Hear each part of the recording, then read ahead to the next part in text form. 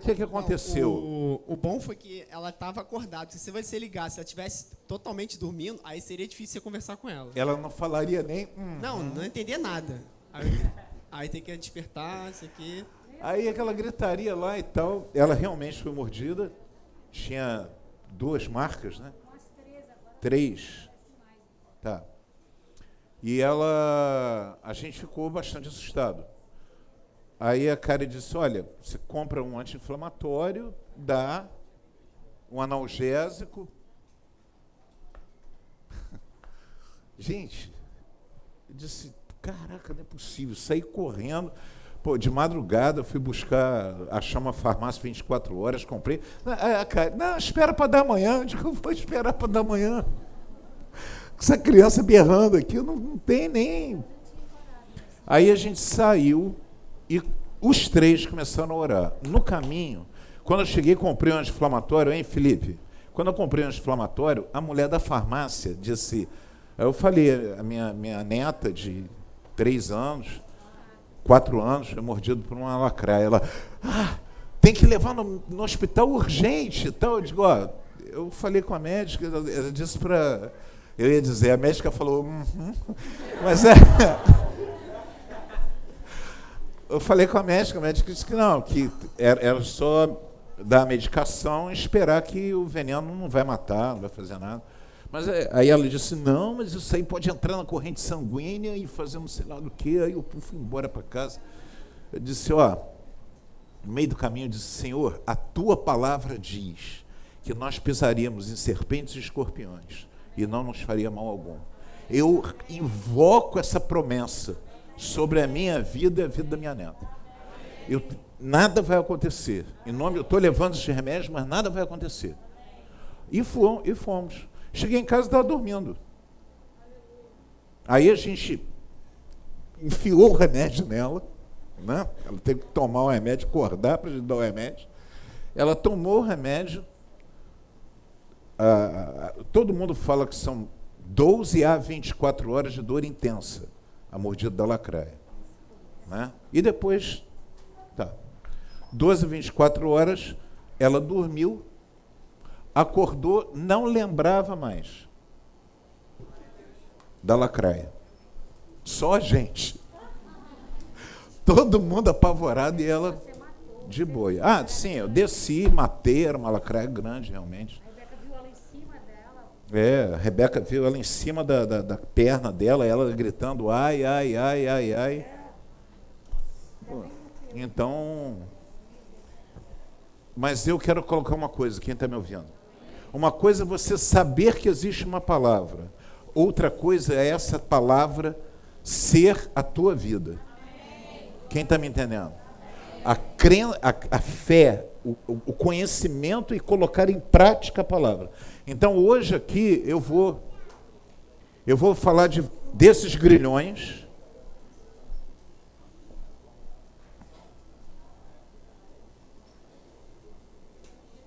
Vou esperar porque tem uma confusão ali, não sei o que é. Eu vou falar desses 4 grilhões e vou falar da palavra de Deus que precisa ser invocada com fé e colocar em prática. Quem está me ouvindo? Para que essas palavras se transformem em libertação para nós. Amém? Quem entendeu o que eu falei? Todo mundo vai lembrar da lacraia, amém? Mas tem que lembrar de por que eu falei da lacraia. Porque eu peguei a palavra, e isso ao mesmo tempo que eu estava orando, Jesus estava orando, Rebeca estava orando. Mas eu estou dizendo como foi a minha dinâmica. Eu entrei dentro do carro nervosão. Liguei o carro, aí liguei o rádio para ver se dava uma relaxada. Quando eu liguei o rádio, tinha um pastor pregando. Aí o pastor virou e disse assim, porque a palavra de Deus é viva e eficaz. E Deus não mente. E papapá, eu desliguei, disse que é agora. Comecei a orar. Deus não mente. Amém? Amém, amados? Então, vamos tratar. São 4 pontos que eu gostaria de tratar. Se eu não conseguir a tempo fazer os 4, a gente faz na outra semana, tá? Mas esses pontos são os seguintes. 1, culpa. 2, mentira. 3, medo. Quarto, revolta. Fala comigo, culpa, mentira, medo, revolta. Esses 4 pontos que eu vou focar são 4 pontos que travam a caminhada das pessoas. Experiências de gabinete, relacionamento, papo do pastor, olho no olho, batendo papo com as pessoas. Isso aqui são os grilhões. Tem como sair disso? Tem. A palavra de Deus tem os recursos. Vamos nessa? Vamos começar? Primeiro, culpa. Fala comigo, culpa. O que acontece com a culpa? A culpa, assim como os outros também, se tornam um governo para a nossa vida. Um governo para as nossas questões. Uma verdadeira tortura na vida das pessoas. Que tipo de culpa? Todo tipo de culpa que você pode imaginar. A culpa pelo pecado, a culpa pelo erro, a culpa por ter feito alguma coisa errada ou por ter deixado de fazer. Quem está me escutando? Porque você não fez quando deveria fazer, que você não agiu quando deveria agir, ou você agiu errado, causou um problema, seja lá o que for, ou com você mesmo, ou pecados que estão ocultos na tua alma, e você carrega essa culpa, e essa culpa se torna governo para você. Ela começa a governar as tuas atitudes, e vão levando as pessoas a uma porção de atitudes erradas. Como se estivesse governando sempre para o lado errado. Quem está me escutando?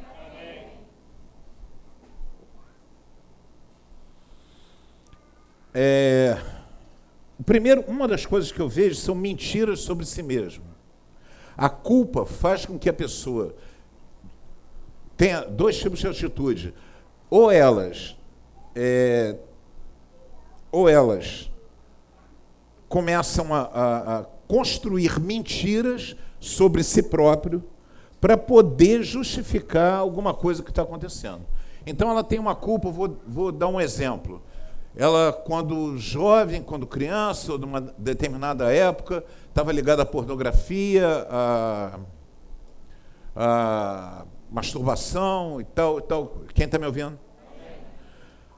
Aí, aquela culpa, por ter vivido aquilo ali, ela vai carregando, vai escondendo, mas ela começa a justificar, começa a se justificar para aquilo ali não ferir.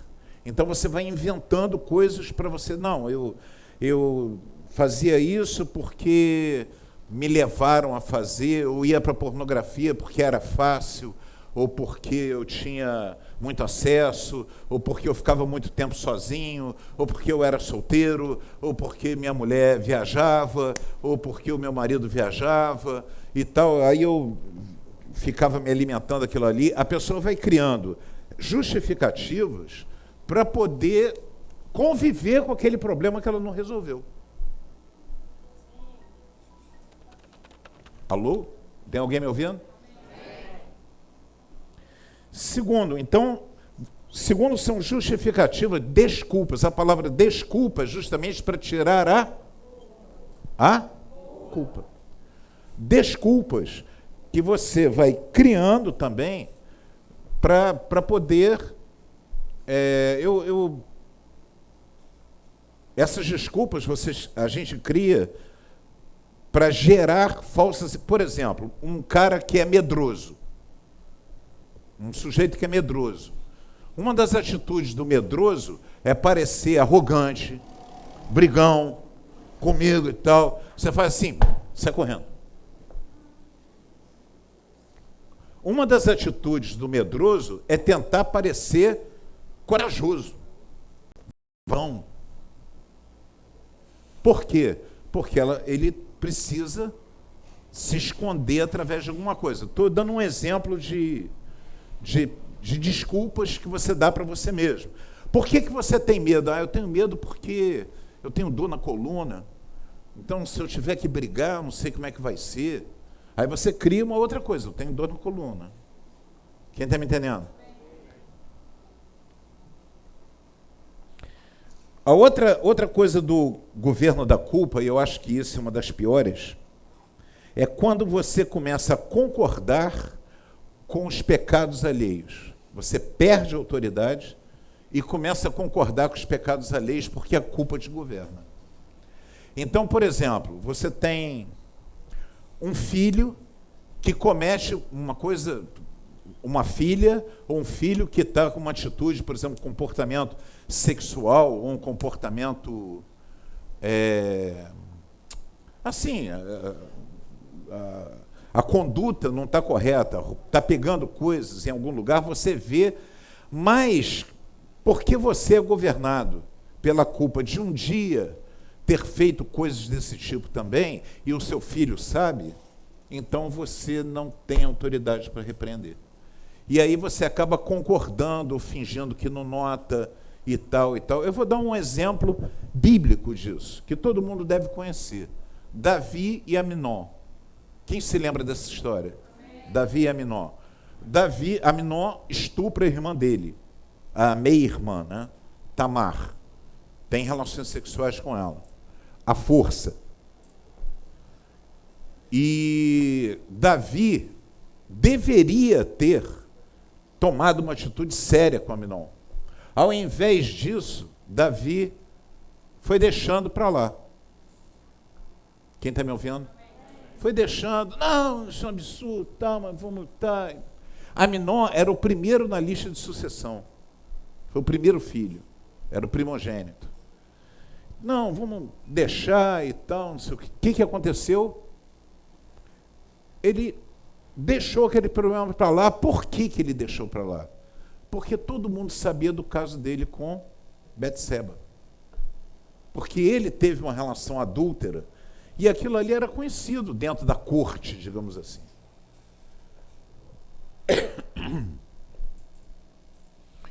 Então ele não tinha autoridade para chegar no filho. A mesma coisa aconteceu com Absalão. Absalão então mata Aminon. Faz uma armadilha e mata Aminon. Numa emboscada. Davi, ele deveria condenar o filho à morte também. Era essa a lei a lei que estava imperando na época. Ao invés disso, ele acaba mandando ele para o exílio. Aí deixa ele lá no exílio e tal.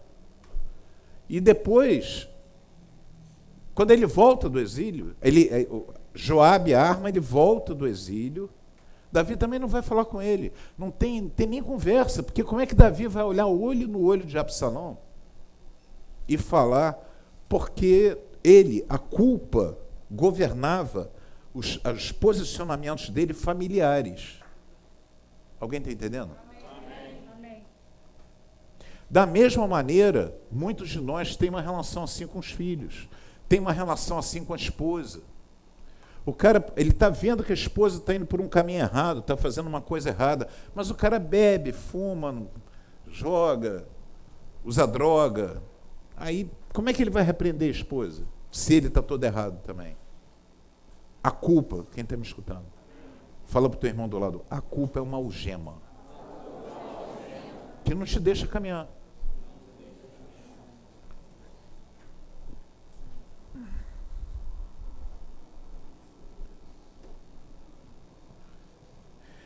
A culpa vai mantendo a pessoa com uma queimação o tempo todo na mente e o tempo todo sentindo vergonha. Eu gostaria de que abrisse a primeira palavra de Deus. Eu vou pedir 3 palavras, tá? Salmo 38, Salmo 32 e Salmo 51. Salmo 38, 18. A gente vai ter que ler rapidinho.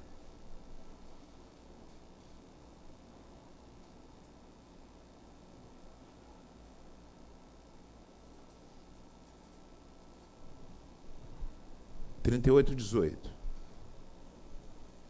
Ixi. Porque eu declararei a minha iniquidade, afligir-me-ei por causa do meu pecado. É uma aflição de alma o tempo inteiro. Fica aquilo. Vou dar um exemplo. Um marido em adultério, uma esposa em adultério. Uma esposa que cometeu adultério, o marido não sabe, ela até conseguiu se desvencilhar daquilo, ou acha que conseguiu, porque é difícil você se desvencilhar. O marido não sabe, mas a culpa governa. Aí acaba que ela não consegue lidar com aquilo. Muitas vezes, o sentimento é cada vez pior de acusação. 32, do 3 ao 5.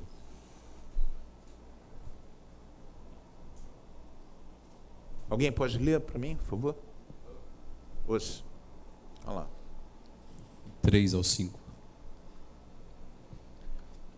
Aqui vamos começar a falar sobre o remédio. Tá? Vamos lá. Quando eu guardei silêncio, envelheceram os meus ossos pelo meu bramido em todo o dia.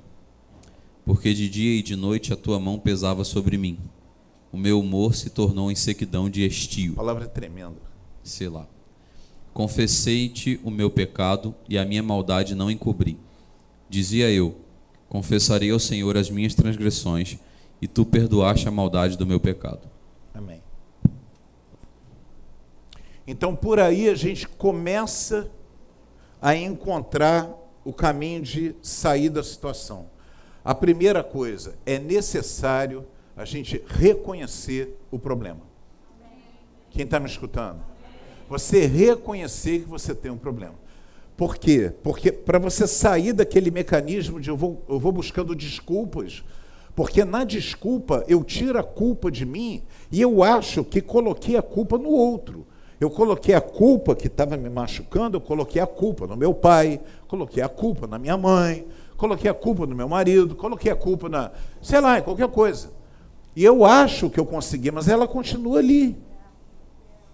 Ela continua te governando. A desculpa vale para você manter aparências, só. Quem está me escutando? O que cura a culpa é a confissão do pecado diante de Deus. É a hora que você diz assim, cara, eu errei. Eu pequei. Eu estou em pecado. Eu preciso ir diante de Deus e buscar em Deus a restauração para mim. Quem está me entendendo? Esse é um caminho, parece uma coisa, tranquilo, pastor, está escrito aí, a gente pega e faz. Não faz. Porque esse procedimento aí dói. Dói você comparecer na presença de Deus e dizer, Senhor, tem misericórdia de mim, porque eu sou um pecador arrogante, orgulhoso. Tem misericórdia. Aquela situação, pecado tem nome, tá? Quem está me ouvindo? Olha para mim. Quando você quer ver uma pessoa que não está afim de confessar pecado, é quando ela fala assim, eu sou um cara que cometo muitos erros, cometi muitos erros, mas todos estão diante de Deus. Pô, não resolveu nada. Pecado tem nome. Eu peguei a fulana de tal, que era uma mulher casada, não deveria ter feito isso. Eu traí a minha mulher, eu traí o meu filho, eu fiz isso, Senhor, eu não poderia ter pego aquele dinheiro e peguei aquele dinheiro. Senhor, tem misericórdia de mim, porque eu sou um arrogante pecador. Quem está entendendo? Pecado tem nome. Pecado tem nome e sobrenome. A confissão do pecado diante de Deus requer uma coisa muito difícil. Um coração quebrantado. Fala comigo, um coração quebrantado. Salmo 51, 3 a 7. A gente vai mergulhar mais um pouquinho. Vamos lá.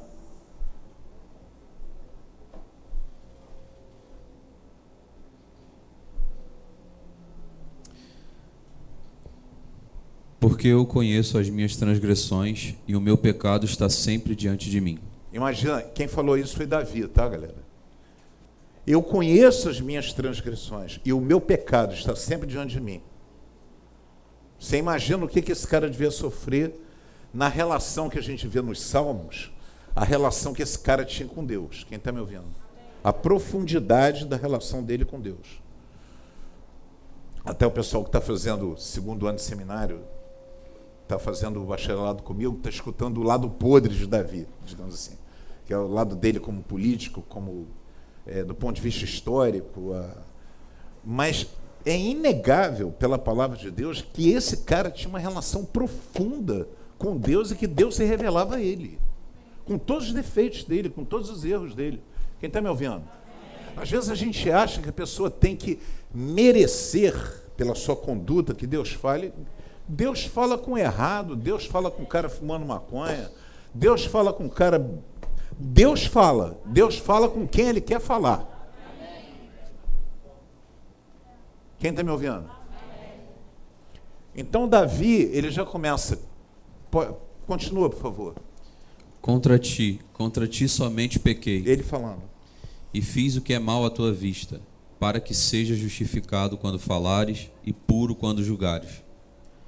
Eis que em iniquidade fui formado, e em pecado me concebeu minha mãe. Amém.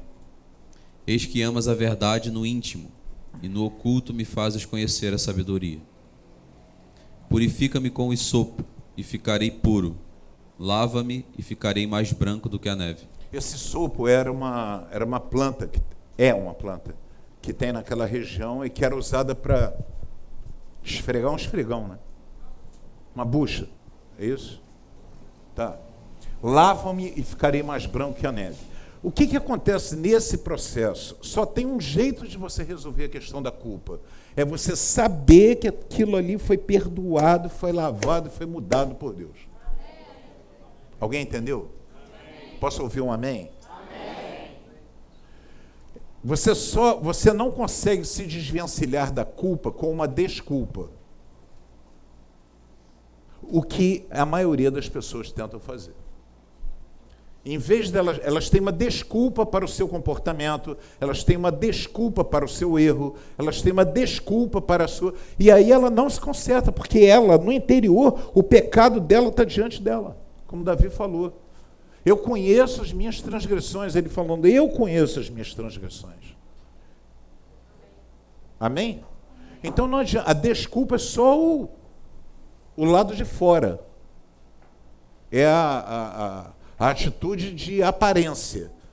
Mas lá dentro a pessoa continua sendo governada pela culpa. Pessoas têm criado filhos com problemas por causa da culpa. Têm tomado atitudes erradas por causa da culpa. Têm criado mentiras para si mesmo e para os outros por causa da culpa. Deixa de ter relacionamentos emocionais saudáveis por causa da culpa. Ela não confessa a culpa. Não confessa a culpa nem diante de Deus. Então o caminho é esse. Amém? A gente vai mergulhar mais ainda lá no final, quando eu falar de outras curas aqui. Vamos continuar um pouquinho? Alguém gostaria de falar alguma coisa sobre culpa? Antes de eu continuar?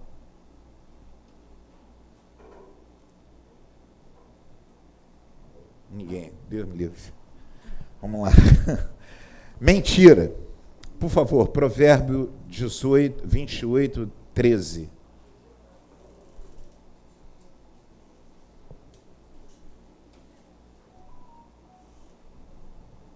Ainda tem relação com culpa também. E com outras coisas. Vamos lá. Mentira. O que encobre as suas transgressões nunca prosperará, mas o que as confessa e deixa alcançará misericórdia. Vamos ler todo mundo junto isso aqui? Fala aí. O que encobre as suas transgressões nunca prosperará, mas o que as confessa e deixa alcançará misericórdia. Vamos ler o outro. Tiago 5,16.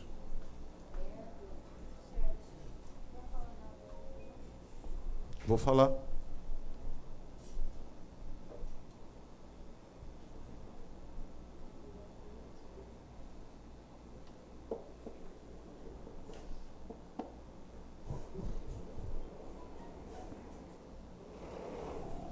Ler juntos. Vamos lá? Confessai as vossas culpas uns aos outros e orai uns pelos outros, para que sareis. A oração feita por um justo pode muito em seus efeitos. Deixa eu fazer uma pergunta retórica para vocês, mas eu quero uma resposta sincera. Vocês querem ser livres? Fala do teu pecado. fala do pecado. Hã? Não. Se quiser também, se te fizer bem, né? Mas fala. Eu não sei se vocês já observaram a quantidade de vezes que eu aqui falei de pecados publicamente meus.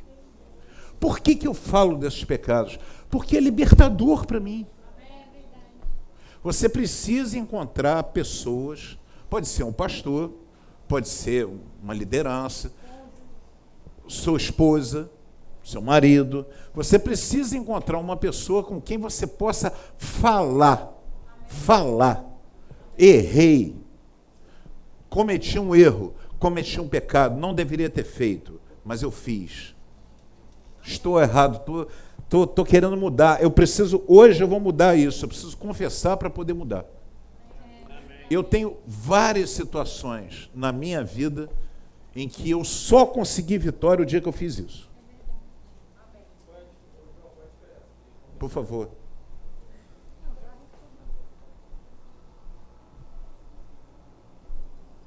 Fala. Qual é a diferença de confessar diante de Deus ou para uma pessoa de confiança? Pois é. Eu vejo o seguinte, o primeiro passo é você confessar diante de Deus. Mas, às vezes, aquilo ali falta transparência para você se libertar. Porque o que acontece com o diabo? Eu já vi muitas vezes essa situação. Tá? O diabo, ele quer te fazer cúmplice. Então, você comete um erro, a primeira coisa que o diabo fala é, não conta a ninguém. O pastor não pode saber. Se ele souber, eu vou fazer o quê? Você acha que eu sou delegado de polícia? Eu não vou fazer nada. Eu vou te abraçar, a gente vai orar. Que a Bíblia manda orar uns pelos outros. Quem está me ouvindo? Porque eu sou um pecador igual. Também sou pecador. Isso não quer dizer que eu concorde com o pecado. Não quer dizer que eu concordo com aquele pecado, mas eu não vou ter nenhuma atitude. Mas a primeira coisa que o diabo faz, não conta para tua mulher não, hein? Se tua mulher souber, então mantenha a mentira. Aí, todas as vezes que eu tinha uma situação que tinha acontecido comigo, durante o tempo que eu estava separado da Gislaine, quem está me ouvindo? Um relacionamento lá que eu tinha tido. E aí eu contei tudo para a Gislaine, tudo que tinha acontecido lá. Mas esse eu não contei de cá. Pô, já machuquei muito, já feri muito, já ainda envolve outra pessoa. Isso aí eu não vou contar, não. Aí todas as vezes que eu ia dar o testemunho, eu dizia assim, porque aí eu cheguei para a Gislaine e contei toda a verdade. Satanás parava do lado, menos aquele nosso segredinho, né? Aquela paradinha você não contou, não, mas tudo bem, está entre nós só. Quem está entendendo? Nem tudo. Eu contei isso para você. Ele falava para mim, nem tudo, né? Você contou tudo? Nem tudo. Ele parava do lado, nem tudo. Aí Deus mostrou a ela me confrontou, e aí... Mas que bênção! Que bênção!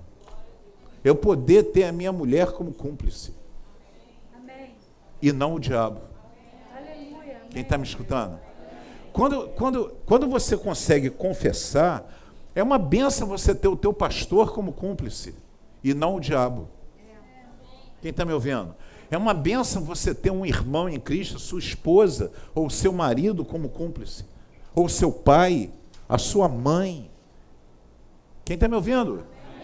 Seu pai, a sua mãe, alguém que você possa dizer, eu posso virar para essa pessoa e dizer, eu posso cometer o pecado mais nojento, mas eu sei que essa pessoa vai orar comigo e vai dizer, em nome de Jesus, o Senhor vai te perdoar, você vai sair dessa, a gente caminha junto. Preste atenção, é mentira que a verdade dói.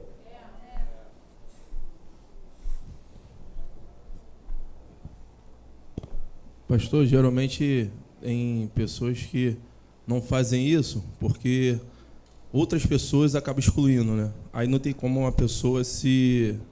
Não entendi. Não, às vezes a pessoa tem vontade de trazer as coisas para a verdade, mas tem muitas pessoas que condenam, né, a conduta de pecado dessas pessoas? O que acontece é o seguinte, você tem duas opções. Ou você corre o risco de confessar o pecado e os homens te condenarem, ou você tem a certeza que você confessa o teu pecado e Deus não te condenará. Entendeu? Porque as pessoas podem te condenar. Eu fui muito condenado pelos meus pecados. Muito, muito. Mas Deus não me condenou. E aí a consequência de Deus não te condenar é tremenda. Mas a consequência de você ocultar o teu pecado é que isso, em outros textos, não sei se eu vou ter ali, ou se eu já citei aqui, envelhecem os ossos. Já citei. Salmo 32. Envelhecem os ossos quando você não confessa. Aquilo vai te matando. Vai matando a tua fé. Vai destruindo os teus relacionamentos bons. Vai destruindo as coisas boas. A tua autoestima vai embora. A mentira, você conviver com a mentira como sua parceira, é a pior coisa que pode existir para o teu psique. Quem está me ouvindo? Por quê? Porque a mentira passa a governar grande parte da sua vida. Sabe aquela pessoa que não pode falar tudo, não pode mostrar o celular? Né? Eu peguei agora, até procurei meu celular, está com Giza. Pegou. Caraca, teve uma época da minha vida que eu não deixava, eu dormia com o celular, galera. Eu ia tomar banho, entrava com o celular no banheiro. Botava o celular na... Quem está me ouvindo? Não aqui, nunca aconteceu isso aqui, amém? Mas as pessoas que têm alguma coisa para esconder, elas vivem mal. Só tem libertação a hora que pega e confessa, fala, abre o jogo, para que o diabo não seja o governante da tua vida. É mentira que eu estava falando, né? É mentira que a verdade dói. O que dói é a mentira. Dói muito mais para uma esposa descobrir que o marido, e não existe nada em oculto, fala para o teu irmão do lado, não existe nada em oculto que não venha a ser descoberto. Então, dói muito mais a uma esposa descobrir alguma coisa que o seu marido está traindo, que está acontecendo, e que Deus vai acabar revelando a ela, que Deus tem compromisso com o casamento. Quem está me ouvindo? Dói muito mais do que você virar e dizer, cara, eu errei. Aí o esposo ou a esposa pode dar um tapa na mesa, pode xingar um palavrão, pode ficar nervoso com você, te jogar um tomate na cara, jogar um ovo podre, fazer alguma coisa, sei lá, botar querosene na tua salada, fazer alguma coisa, né? Sério, ela pode fazer.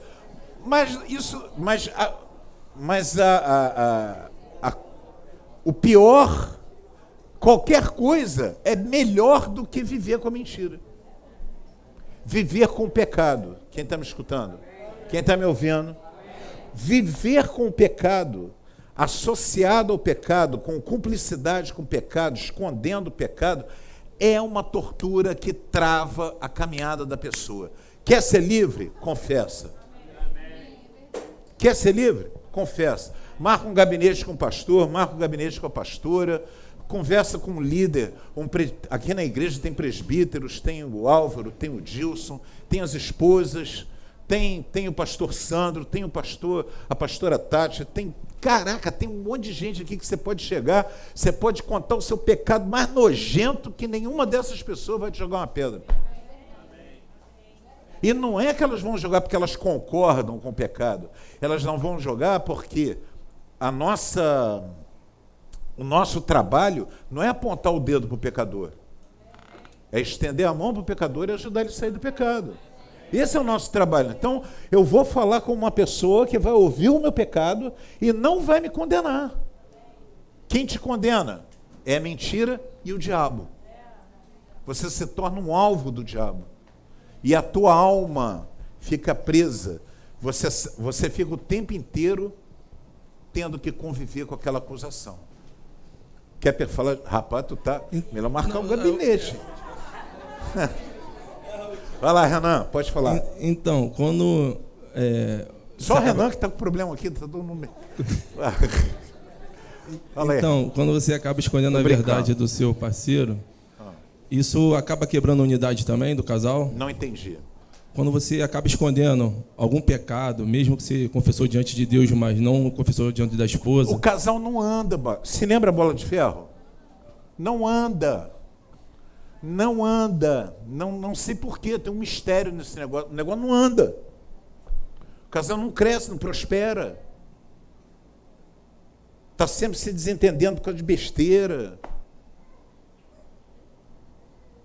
Quando você tem a confissão completa do pecado, dos pecados, do outro lado tem que ter uma pessoa que se reconheça também como pecador e ore por você. Isso que a palavra está dizendo. Então, tanto esposa quanto marido saibam. Eu vou dar uma notícia muito dura para você, esposa. O seu marido é um pecador. Vou dar uma notícia para você também. Você também é uma pecadora. Os pecados podem não ser iguais, mas a condenação vem da mesma maneira. Quem está me escutando? Quem está me ouvindo? Hein, João? A última, agora a última. Não, estou brincando com você. Não, assim, as pessoas têm muita dificuldade de confessar pecado, alguma coisa, porque elas querem manter a aparência e porque, acho que, não sei se é culturalmente, se você falar que você está errado ou errou, as pessoas têm acaba te excluindo. Ou falando assim, tipo, entendi. No emprego, mandou, a pessoa errou, você não serve mais. Eu tenho um caso de uma pessoa aqui dentro, que... deixa eu ver se ela está aqui. O Hélio está aí? Hélio? Está lá embaixo. Tá, a Carol está aqui? Carol, vou te entregar. Posso? Carol cometeu um erro crasso no trabalho dela. Se eu não me engano, foram sentenças, não foi, Carol? Foram sentenças que foram proferidas e tal, e você colocou um termo errado em todas elas. Só que aquilo ali passou batido. Quem entendeu passou batido? Ainda usa essa expressão? Tá. Passou batido. Tá? Passou desapercebido. Né? Passou, ninguém despercebido, ninguém notou. Foi, mas ela não aguentou. Ela viu e disse, caraca, isso vai dar um problema danado. Aí ela disse assim, eu vou correr o risco de ser demitida, mas eu vou falar a verdade. Foi lá e disse assim, porque era assim, muitos textos, muitas coisas, não é isso, Carol? 2 meses fazendo tudo errado. E ela trabalha no Tribunal de Contas do Estado, não é isso? Que é dos 7 ministros, tem 6 presos, não é isso?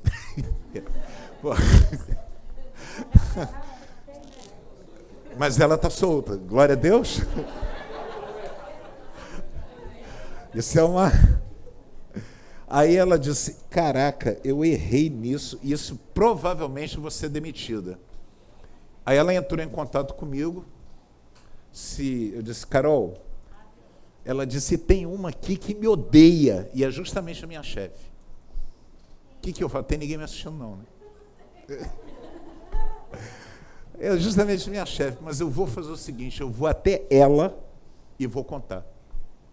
Foi até lá e falou toda a verdade. E, pasme, a chefe dela, em vez de condená-la, mas isso aqui nós vamos fazer de outra maneira e a partir de agora você corrige. Não foi isso? Deixa, a partir de agora você corrige. E, voltou, está trabalhando no mesmo lugar até hoje. Minha opinião, posso falar dos Slash também? Já contei dos Slash. Todo mundo já sabe o caso dele? Já? Que ele errou numa embalagem, o negócio foi parar lá na França. Não é isso? Aqui tem vários casos. Você pode se surpreender com o resultado de você falar a verdade. Aleluia. Até hoje, quando tiveram que fazer uma escolha sobre a profissão dele, até hoje diz assim, não, o Slash tem uma coisa, ele só vai falar a verdade, mentir ele não mente. ficou isso, ficou marcado. O efeito foi o contrário. Em vez de mandar ele embora, ele passou a ser um cara de extrema confiança. Você pode se surpreender com a verdade quando você confessa, quando você fala a verdade. É uma surpresa, Jesus. Eu tive uma surpresa, meu casamento está de pé. Foi até ela, tipo, estou em adultério, estou tendo um caso com uma pessoa e tal, não sei o quê. E fiquei esperando ela, né, me dar um tapa na cara, fazer alguma coisa desse tipo. Ao invés disso, ela disse, puxa, João, tudo bem, te perdoo, está tudo certo. Ai, meu Deus do céu. Casamento está de pé e a igreja está de pé. Aleluia. Fala para a pessoa que está do teu lado, construa a tua psique sobre a verdade, sobre a confissão da verdade. Confessar a verdade. É verdade que você é pecador? Ou só o pastor que é pecador? Quer falar? Boa noite. Pastor, Boa noite. Dentro disso que o Renan, não sei se o Renan estava querendo dizer isso, mas o senhor ratificou isso, pontuou isso muito bem, só que às vezes passa despercebido, principalmente quando a gente guarda algo que vem nos incomodando há muito tempo, a gente vai procrastinando, empurrando com a barriga, e chega um momento que a gente, muitas das vezes, acaba confessando para pessoas erradas, pessoas que não têm a sabedoria de Deus. E, assim, eu já tive isso na minha vida e foi muito ruim, porque essas pessoas, além de ela não ter uma palavra para te dar uma palavra, vamos dizer, de sabedoria, elas também usam aquilo para te criticar, para apontar e pode até te matar, sim, espiritualmente ou psicologicamente, futuramente. Então, assim, eu só não sei se esse ponto que ele quis tocar, quando ele falou... Não, eu acho que foi uma outra, mas o que você está falando é pertinente. Roberta, prescrição para crime de assassinato é 30 anos? Não, quando não há pena. O cara, ninguém sabe do cara. Então não vou falar. Não vou dar esse testemunho, não. Depende do advogado, né?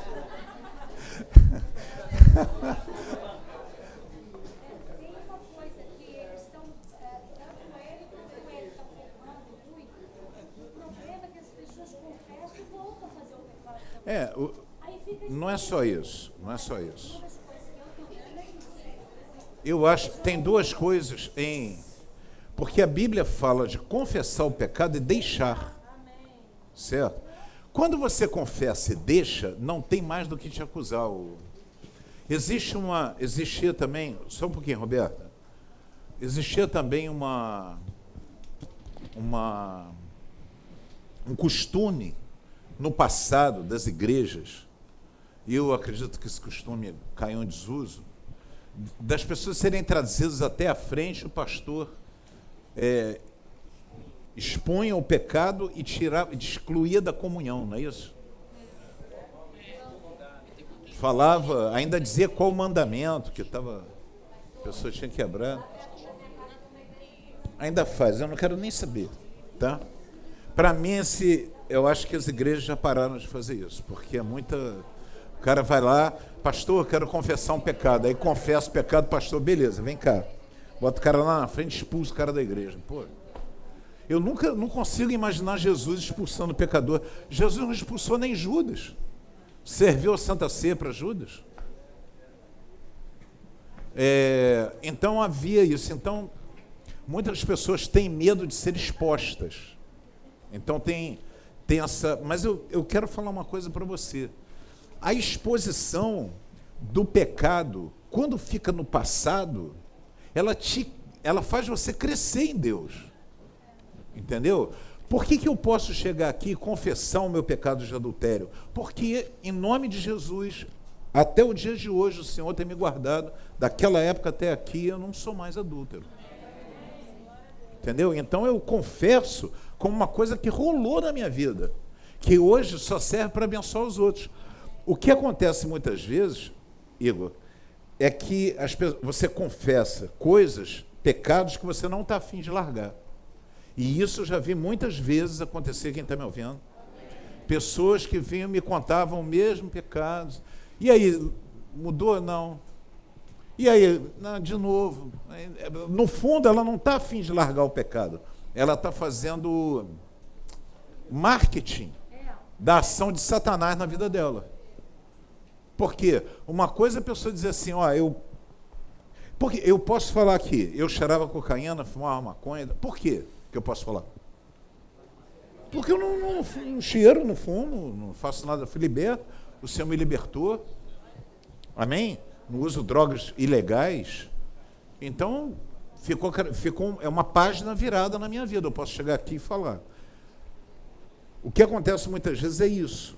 As pessoas confessam pecados que elas não querem largar. Então, confesso para as pessoas erradas. Igor, saiba de uma coisa. Se você, ou qualquer irmão aqui, irmão ou irmã, vier para mim e confessar um pecado, tenha certeza que eu não vou concordar com ele. Vai bater de frente comigo e eu vou dizer, cara, vamos sair disso aí. Vamos mudar essa história. Quem está me ouvindo? Vamos mudar essa história. A sua história não é essa. Isso é uma mentira sobre você. Você vai romper com esse pecado e a gente vai caminhar junto, vai sair. Vamos orar, vem cá, vamos orar. Amém? A atitude nunca vai ser de, cara, sei como é que é. É isso aí. Mas, fica na tua, não fala para ninguém não. Nem conta que você me contou, porque senão... Se eu tiver essa postura, você não foi liberto. A libertação é você contar para quem não vai concordar com você.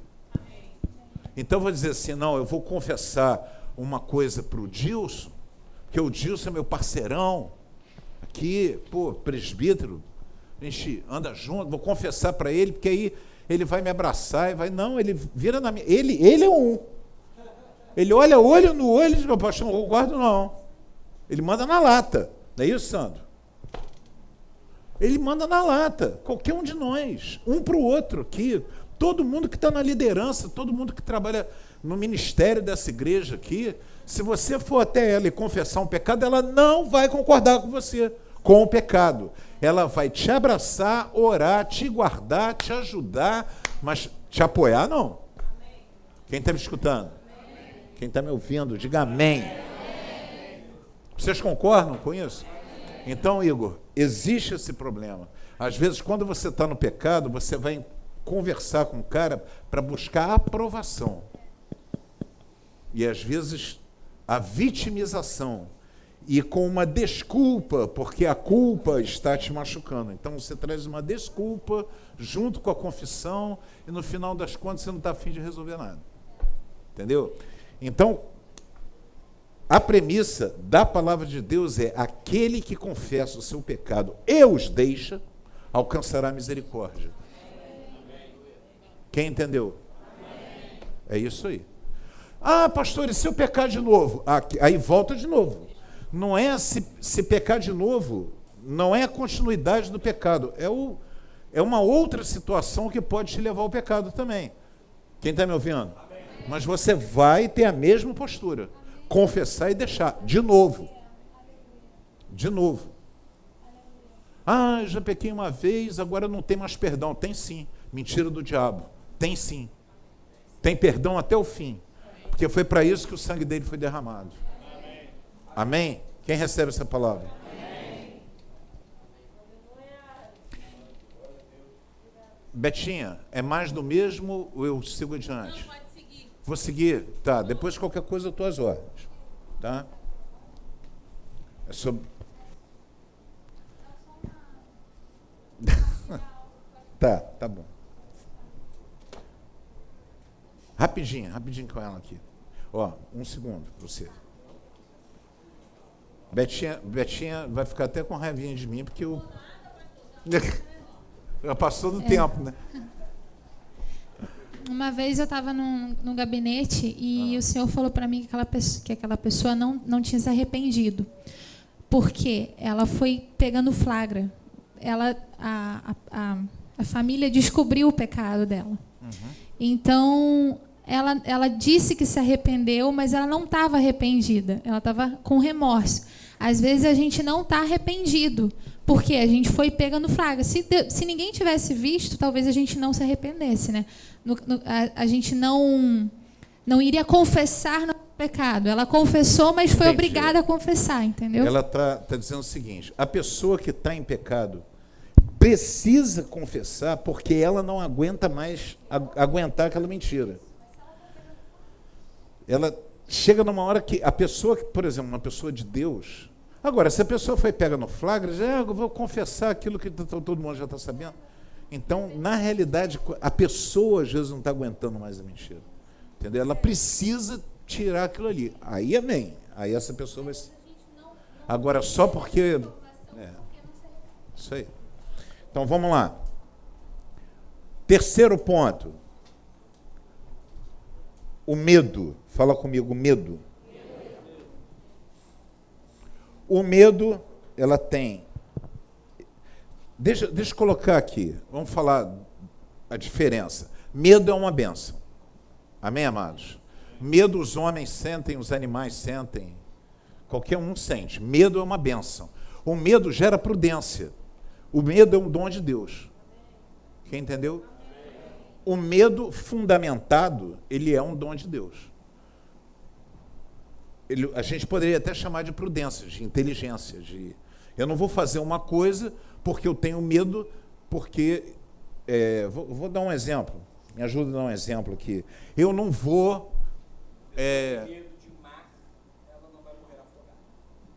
Sim, a pessoa que... Eu tenho medo de ir para a praia e entrar no mar, porque eu não sei nadar, então eu vou entrar no mar e... Esse medo é prudência, ela não sabe nadar, vai entrar no mar? Nem deve. Certo? Então ela tem medo de entrar na água. Beleza. Vamos colocar uma outra situação. Fobia. Fobia já é um medo. O medo é uma coisa racional. A fobia, esse tipo de fobia, é um medo irracional. É um medo que não tem pé nem cabeça. É um medo sem nenhuma...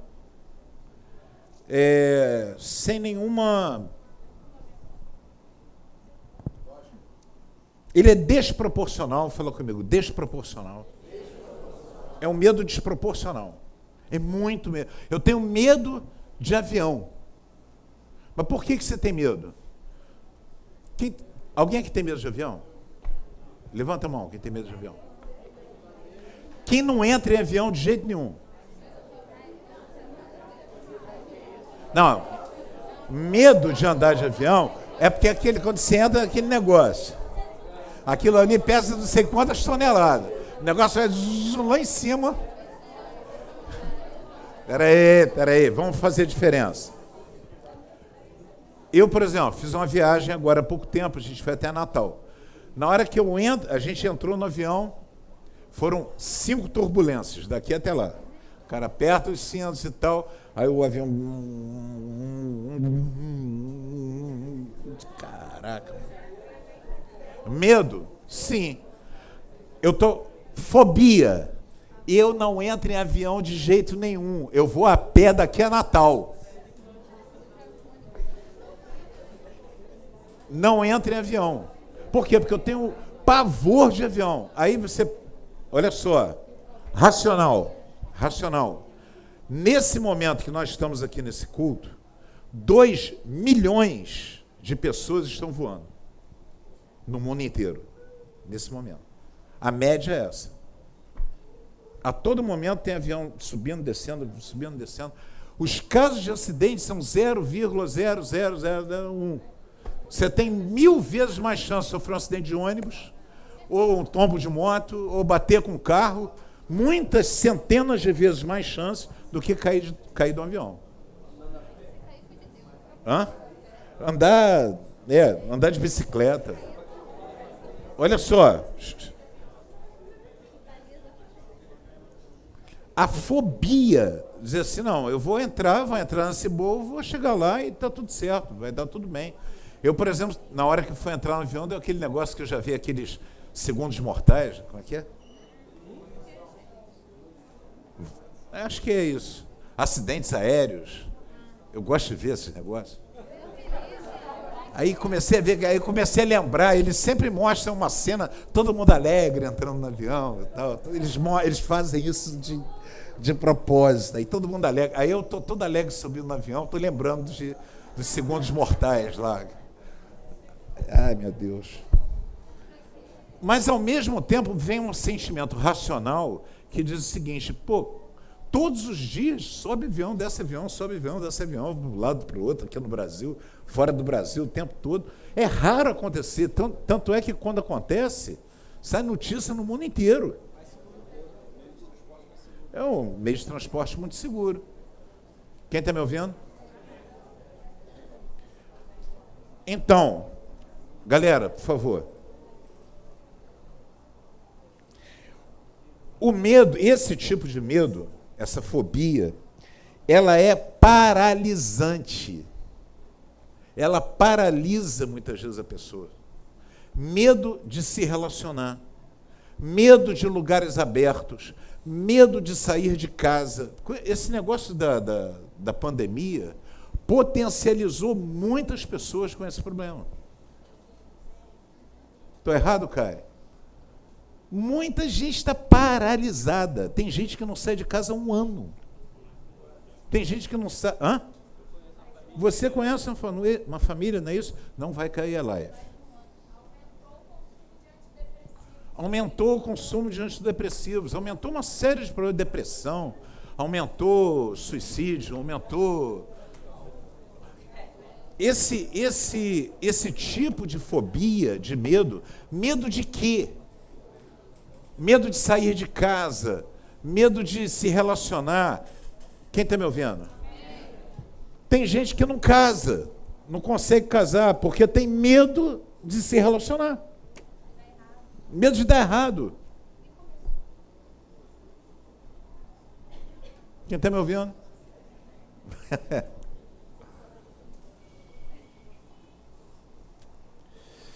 Esse medo, ele é desesperante, ele gera duas coisas. Você para de esperar e para de esperançar. O que quer dizer isso? A esperança é uma atitude. É uma atitude de espírito, do verbo esperançar, é você ter uma atitude de espírito positivo em relação a criar alguma coisa, fazer alguma coisa. Esperar também é quando você para de esperar o melhor para você. Você espera sempre o pior para você. É um medo irracional. Eu não vou sair de casa porque eu vou ser atropelado. Você está esperando uma coisa, é um negócio que não tem lógica. Eu não vou estudar porque eu vou perder o ano. Eu não vou fazer a prova porque eu vou ser reprovado.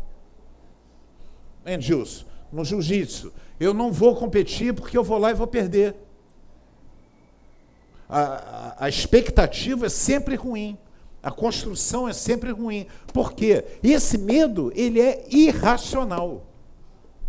Ele é irracional. Eu vi o Gilson aconselhando um rapaz que está treinando com a gente. E o cara estava, pô, eu não sei nada, eu sou iniciante e tal.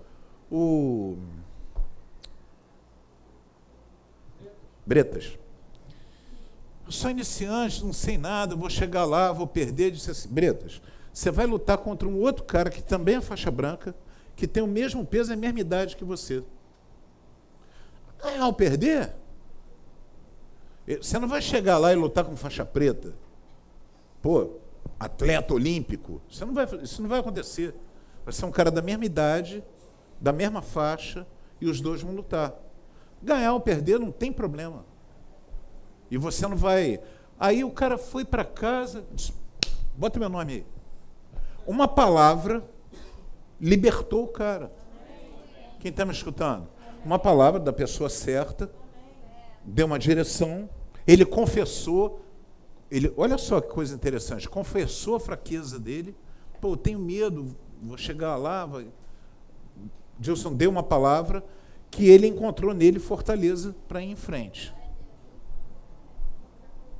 Eu tenho medo de fazer entrevista, porque eu não vou passar nesse emprego. Então, o pior de tudo, destrói emoções boas. É uma destruição, esse medo vai gerando uma destruição emocional. Por exemplo, o medo de ser traído faz com que você não tenha amigos. O medo de ser traído faz com que você não queira ter um relacionamento fixo com alguém. As pessoas chegam tendo relacionamentos transitórios aí a nível de mundo, tá? Foi quem que você falou? Jesus falou de uma pessoa e disse assim: eu prefiro ter 20 casamentos destruídos do que ficar 20 anos com a mesma pessoa, não é isso? E ser infeliz. Foi Gretchen que falou isso. Então, Gretchen, eu sei que você não está me ouvindo, mas saiba de uma coisa. 19 casamentos você botou a culpa no outro, mas o problema está em você. E o que você está vivendo hoje, talvez, se for o 20º, você vai perder também se você não se consertar. Essa é a palavra dura que as pessoas não querem ouvir, né? Eu tive 20 casamentos. Todos os casamentos as mulheres estavam erradas e eu estava certo? Não, pô. Era eu que estava errado.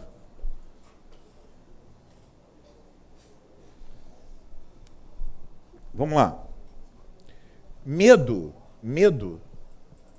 que esse medo de ser traído, medo de dar errado, vai destruindo relacionamentos saudáveis. A desconfiança gera sempre desconfiança no outro. O outro, sabe, seja amigo, seja esposa, seja marido, seja irmão, seja o que for, gera sempre uma desconfiança. Provérbios 19, 23. Vamos lá? Vamos ver o que a palavra de Deus vai falar para a gente.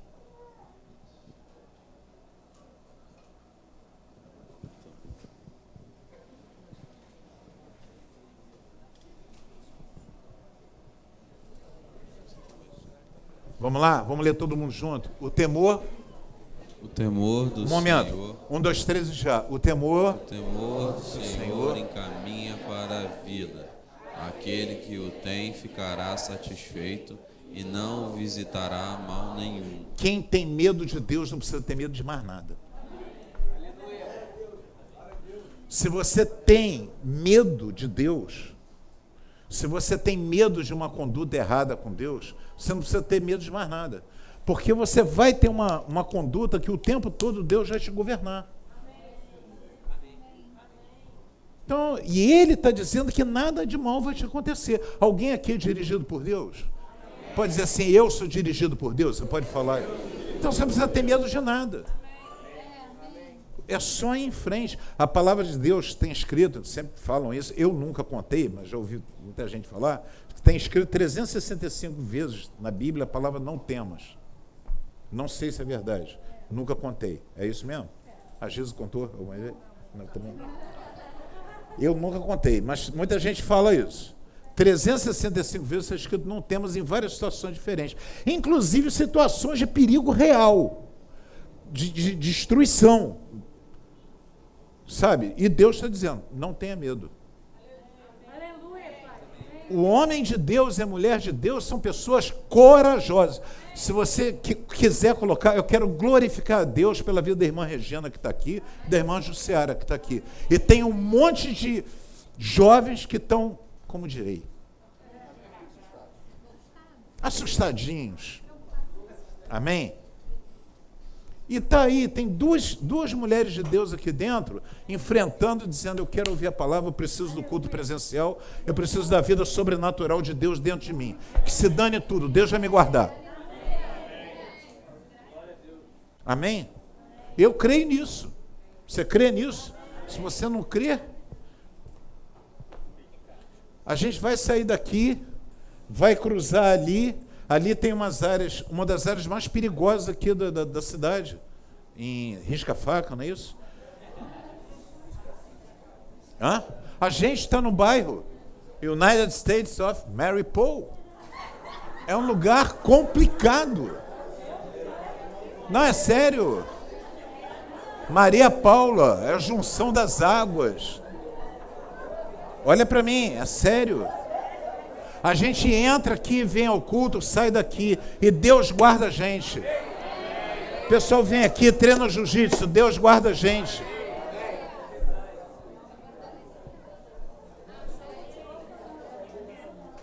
O quê? Mary Paul.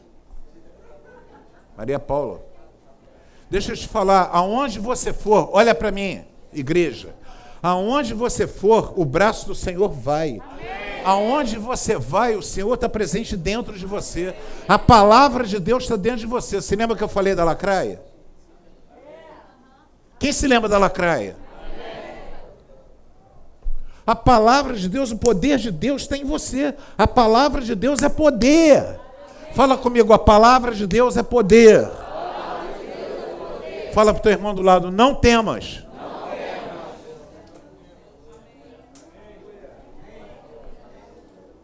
Não tem. Deus é conosco. Deus é conosco. Eu falei isso quando eu saí do hospital com a Covid. Eu falei isso com vocês. Eu pedi a Deus para não pegar essa doença. Deus deixou eu pegar. Eu pedi para não ir para o hospital, eu fui para o hospital. Eu pedi para não ir para o CTI, eu fui para o CTI. E eu disse, mesmo aqui, o Senhor não vai me abandonar. Se Ele me permitiu que eu viesse até aqui, é porque Ele está junto comigo. E eu vou até o final. E se eu partir? Se eu partir, Ele estará comigo. Mas é a palavra de Deus que dá essa coragem. Quem está me ouvindo? Quem recebe essa palavra? Fala para o teu irmão do lado, que essa palavra seja cura. Para você e para mim. Ainda dentro dessa palavra, rapidinho. Provérbio 14, 26 e 27.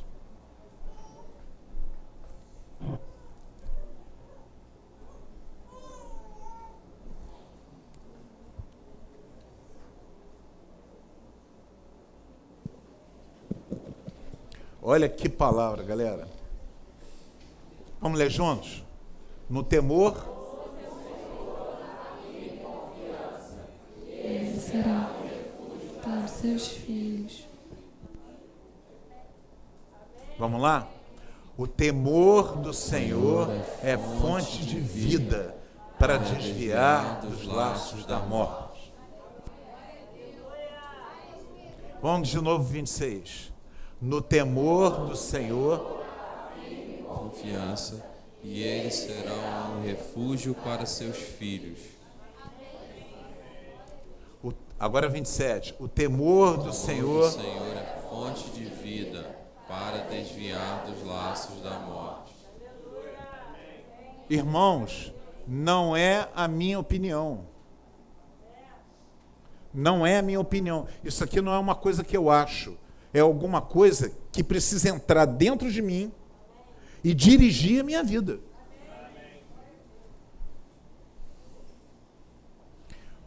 Olha, deixa eu falar uma coisa para vocês. Nós estamos vivendo um momento de pandemia, uma coisa complicada. Realmente, há necessidade de a gente tomar uma série de cuidados. Eu vejo isso, a gente tem que ter mesmo. Mas eu preciso dizer para vocês que o que nós vivemos na nossa vida, todos nós, é um milagre. É um milagre. Nós não vivemos de forma natural, nós vivemos de forma sobrenatural. Isso não nos dá o direito de agirmos. Eu vou me jogar aqui de cima e os anjos vão me segurar lá embaixo. Não vou, não. Se você se jogar, você vai se esborrachar. Amém? Agora, se você estiver ali e tropeçar na escada sem querer, eu tenho certeza que você não vai se quebrar. E se você se quebrar, Dilson conserta. Amém. Brincadeira. Se você se quebrar, nada vai acontecer. Entendeu? Qualquer coisa que aconteça, nada vai acontecer. Porque o reino de Deus é dentro. A palavra de Deus é dentro. A promessa de Deus é dentro. Quem está me ouvindo? Quem vive com Deus, vive essa certeza e anda assim. E aqueles que conhecem pessoas que vivem assim, sabem como a gente é. A gente é ousado, tem coragem para fazer as coisas, tem coragem para realizar, tem coragem de empreender, tem coragem de construir, tem coragem de correr risco. Quando há necessidade de correr risco, tem uma necessidade de correr risco, eu vou correr risco. E vai dar certo, o Senhor vai me guardar. Porque há uma necessidade, Ele não me trouxe aqui por causa de quê? Quem pode glorificar a Deus? Quem toma essa palavra para a sua vida? Então, nunca mais deixe de vir a um culto por medo. Medo de assalto, medo do frio, medo do escuro. Medo de cachorro, medo de sei lá de quê. Medo da chuva. Ah, meu Deus, eu vou sair, a chuva vai me molhar. Levanta a mão e fala assim, para a chuva, em nome de Jesus, estou chegando, estou sem guarda-chuva aqui. Agora, se você tiver um guarda-chuva, pega o guarda-chuva e vem. Amém?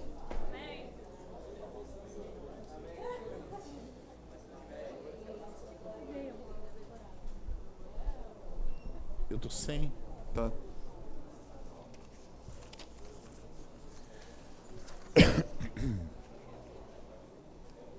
Último ponto para a gente fechar. Posso fechar o último ponto aqui? Quem está sendo abençoado com essa palavra? Último ponto, que é um grilhão, que é uma algema para você botar nos pés, é a revolta e a pena de si mesmo. Saiba, eu falo isso há tantos anos, mas vou falar de novo. Toda revolta nasce no coração de Satanás. Toda revolta. Vamos colocar que a nossa natureza carnal, por causa de Adão, tá? É uma faísca. Satanás é gasolina para você ficar revoltado. Ou revoltado com o pai, revoltado com a mãe, revoltado com o patrão, revoltado com o governo, revoltado com revolta, qualquer revolta, quem está me escutando? Todas elas nascem no coração de Satanás. Todas. Não existe revolta do bem. Ah, pastor, e se for uma revolução? Revolução não é revolta. A maioria dos revolucionários não são revoltados. São pessoas conscientes que estão fazendo algo para mudar alguma realidade. Quem está ouvindo? Um revoltado não faz nada, ele só dá cabeçada na parede, xinga os outros. Ele é um revoltado, ele é um doente no seu psique. A sua psique é doente. É diferente. E agora, escutem, está todo mundo me ouvindo? Curem. Todas as vezes que você sentir pena de si mesmo, é o mesmo sentimento que a revolta. É a mesma coisa. Revolta e pena de si mesmo são os dois lados da mesma moeda. Quando você se justifica dizendo, eu sou assim porque sou, eu não estudei, eu não sou nada, eu sou um burro, eu sou não sei o quê. Pena de si mesmo, né? Na realidade, você está dizendo o seguinte, eu poderia ter estudado, eu poderia ter feito e tal, mas eu não me deram oportunidade, não abriram a porta para mim, meu pai não pôde pagar meus estudos, ou sei lá do quê. Quem está me ouvindo? É mentira. Os dois sentimentos são iguais. Na realidade, são duas maneiras de dizer a mesma coisa. No fundo, em última análise, quem está me ouvindo, é uma revolta contra Deus. Toda revolta é contra Deus. Quem entendeu o que eu estou falando? Toda revolta é contra Deus. Porque se o Senhor é Senhor de todas as coisas, é Ele que dirige, é Ele que manda, e aí a única solução para isso, a cura para isso, é quando você, todas as vezes que você tiver esse sentimento, você tem que repreender Satanás e transformar esse sentimento em oração. Senhor, me muda, me transforma, muda a realidade, muda as coisas na minha vida. Vamos ler aqui 1 João, epístola, 1 João capítulo 1, versículo 8 e 9.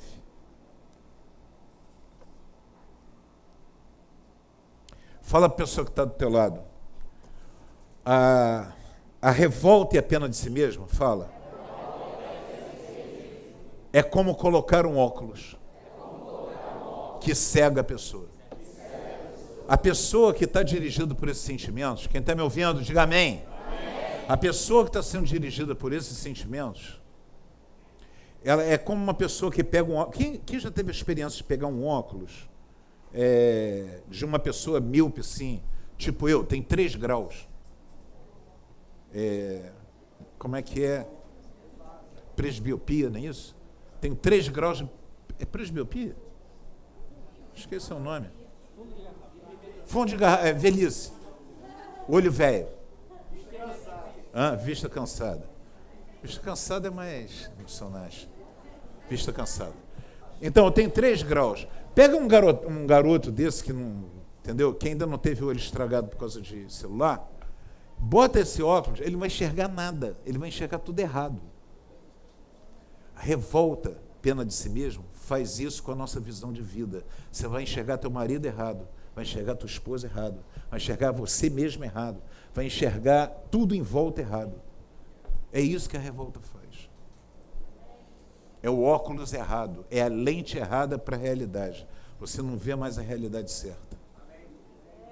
Quem entendeu o que eu falei? Vamos ler juntos.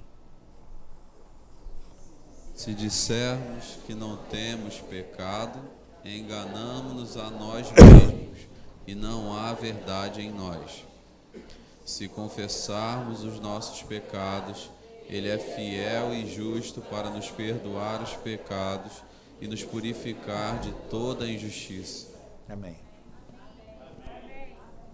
Essa aí é a palavra de conclusão do estudo de hoje. Amém, amados? Libertação para a alma. Pega essa palavra, tome a posse dela e deixa essa palavra te dirigir a vida. Você não vai fala comigo, Senhor, eu te peço em nome de Jesus, que eu não seja dirigido pela mentira, que eu não seja dirigido, governado pela culpa, pela mentira, pelo medo, pela revolta. Me ensina a confessar pecados e me libertar dos pecados, que o teu sangue comprou a minha liberdade. Que o Senhor esteja gerando em mim cada palavra que foi ministrada e que ela se torne o volante da minha vida. Em nome de Jesus. Amém. Glória a Deus. Vamos adorar o Senhor. Os nossos dízimos e ofertas.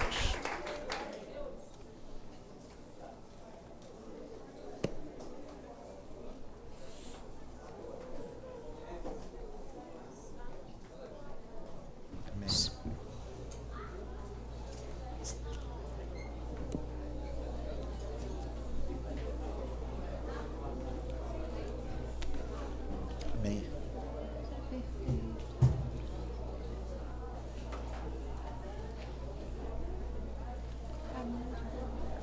Zero.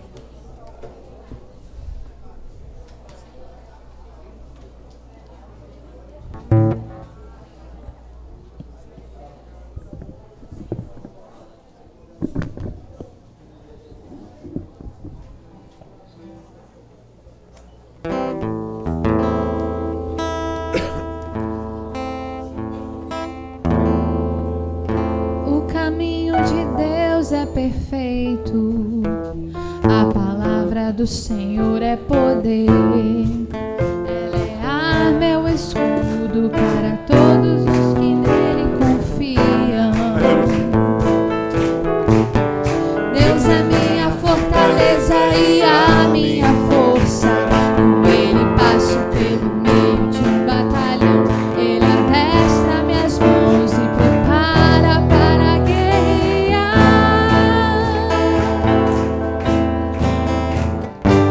Porque quem é Deus, senão o Senhor? E quem é rochedo, senão nosso Deus?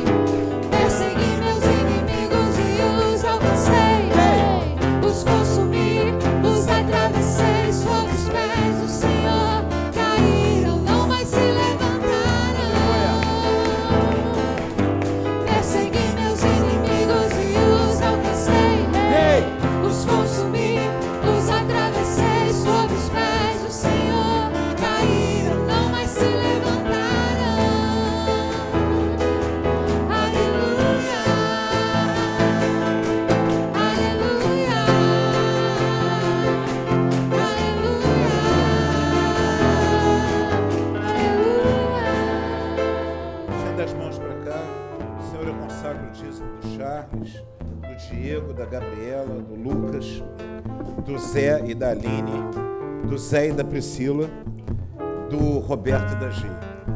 Consagro, Senhor, todos esses dízimos, do Vital e da Mariana, da Ludmila, do Charles, do Leandro e da Silvânia, do Álvaro e da Nath.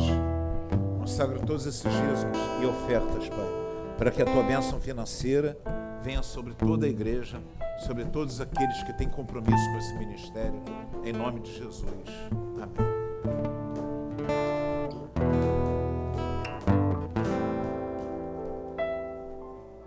Amém?